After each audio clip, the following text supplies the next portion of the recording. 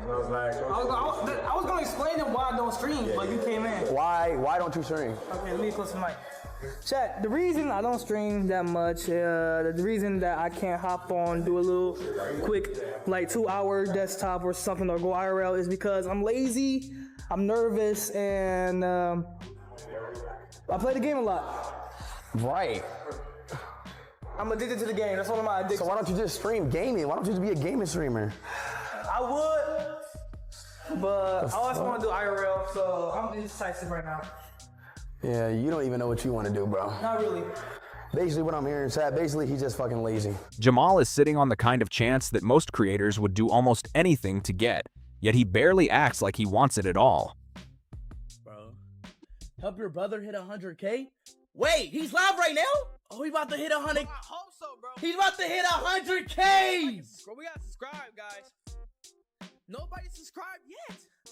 Nobody has subscribed. Come on. Yo, chat, everybody, oh my God, he's about to hit 100K. My brother's about to hit 100K. 100,000 subscribers, please. Yo, everybody, chat, everybody sub to him right now, y'all. W's in chat, come on. Oh my God. Oh my God. Yes! Let's go. Let's go. First, he brushed off his own brother's advice about how to really grow a channel. Then he chose not to show up for Streamer University. After that, he even skipped a flight on purpose just to avoid going back to him. The craziest part is that it doesn't really look like simple laziness, even if a lot of people online keep saying he's just lazy. So let's really look at what was put right in front of Jamal, because the numbers are impossible to ignore. Then we'll break down why he keeps stepping away from those chances instead of taking full advantage of them. Jamal didn't have to start from zero like most creators do. He didn't spend years chasing his first 1,000 subscribers, uploading video after video to almost no viewers, teaching himself editing through trial and error, and hoping one upload would finally take off. His brother put him in the spotlight in real time, right in front of millions of people watching, giving him an opportunity that very few new creators ever get. That's one of the fastest jumps to 100,000 subscribers YouTube has ever seen, and it happened mostly because of who Jamal was connected to, not because of a huge library of content. Just watch how little Jamal actually has to do in that moment. The energy, the encouragement, and the constant reminders to subscribe are coming mostly from Speed, while Jamal is mainly along for the ride as someone else drives the momentum. Just 1 week later, his channel reached 200,000 subscribers. Right now, he's sitting at around 462,000 subscribers with only 112 uploads. Those are numbers that would take many creators years to achieve, if they ever got there at all. By comparison, channels of that size usually have thousands of uploads, years of steady work, and a clear niche that keeps viewers coming back. Jamal doesn't really have those advantages that most channels earn over time, yet he's still far ahead of almost everyone starting from zero. But growing this fast also comes with a hidden downside that subscriber numbers don't show. An audience that finds you through someone else's spotlight isn't always as loyal as one that discovered your content on its own and chose to keep watching. That kind of borrowed attention can fade just as quickly as it appeared once the spotlight shifts somewhere else. It's also fair to ask what Speed actually gains from pushing Jamal this much. I don't think you should multi-stream. I think you should either choose YouTube or Twitch. But Twitch might be better than you, though. You think so? Yes, I already told you, YouTube only works for me because I started on YouTube. I built my fan base on it. That's fair. I built my fan base on YouTube, and I'm the only streamer on YouTube. You know what I'm saying? On Twitch and go back to YouTube. What? You can stream on Twitch and go back to YouTube. What do you mean? I want to keep YouTube and Twitch. Then just post like YouTube videos on your YouTube channel. You know how I got 2 channels, Live Speedy, and just make Jamal like that channel your Live Speedy, like basically like your clipping page. Oh, think so? So your YouTube will still gain subs. Stream on Twitch. Right. That's what I'd do if I was in your move. Because there doesn't seem to be any direct payoff for him. He's not taking a share of Jamal's channel or trying to build some massive family media business around it. The advice, the calls about flights, and even the messages that went unanswered all make it seem like someone who genuinely wants his brother to succeed, not someone treating him like a business project. That changes the whole picture. Instead of looking like a disagreement over content or money, It feels much more like an older brother watching a younger brother sit on an incredible opportunity and choose not to take advantage of it. So the real question isn't whether Jamal has been given a huge opportunity, because that part is pretty clear. The bigger question is what he's actually choosing to do with that opportunity and why those decisions keep raising so many questions. By Jamal's own description, not anyone else's, he struggles with being lazy at times, isn't sure whether he wants to focus on gaming or real-life content, and admits he's more interested in playing games for himself than turning every session into content for a camera. That's a surprisingly open thing to admit when you're sitting on an opportunity that so many creators dream about. That level of honesty is pretty uncommon. A lot of creators might present the same situation in a way that sounds better to viewers, saying they're still figuring out their brand, or explaining slow uploads by saying they're focused on quality instead of quantity. Those explanations are common, but Jamal doesn't really package it that way. Instead, he says it directly on camera without trying to polish the message. You know what? This is my time. I'll do whatever I want. So, I'm not reacting to clips. I'm doing what I want to do, and I want to play Eeny, Meeny, Miny, Moe, Catch a Tiger by himself.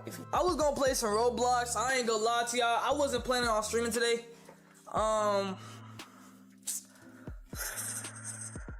don't know what to do, bro. I don't know what to do. I can't play. Just reminders.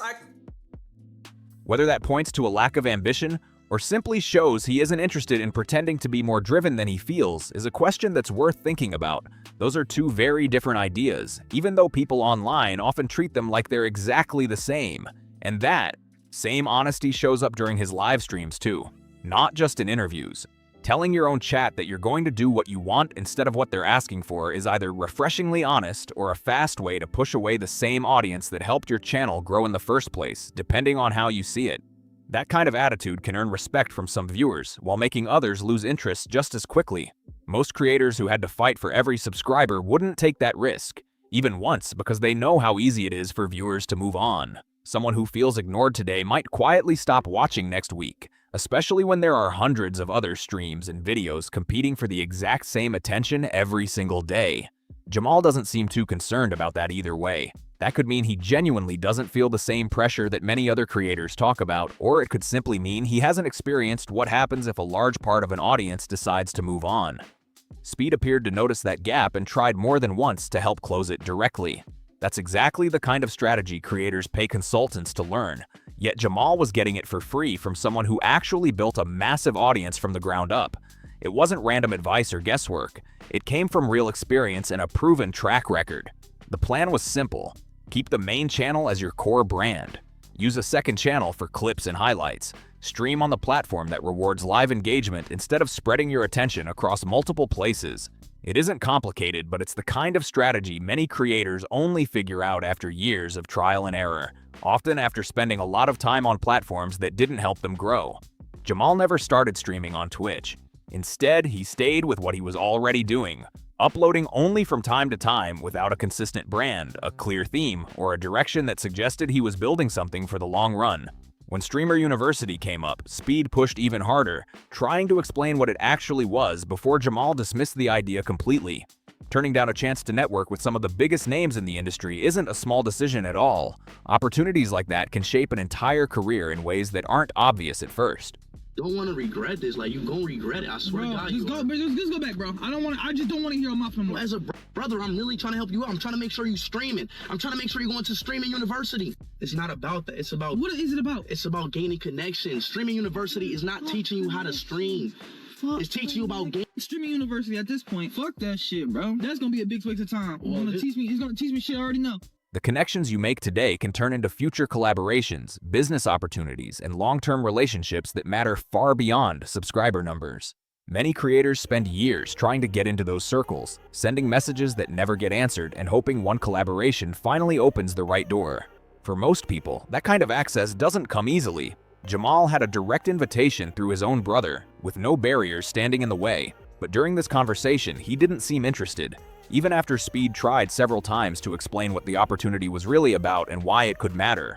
That same pattern appeared again later, and this time it seemed to make the situation feel much more personal than just another disagreement about content or career choices. Missing a connecting flight on purpose to avoid going back to spend time with his own brother wasn't simply bad luck or a travel mistake. If that's an accurate description of what happened, it points to a decision that was made in the moment rather than something completely outside his control.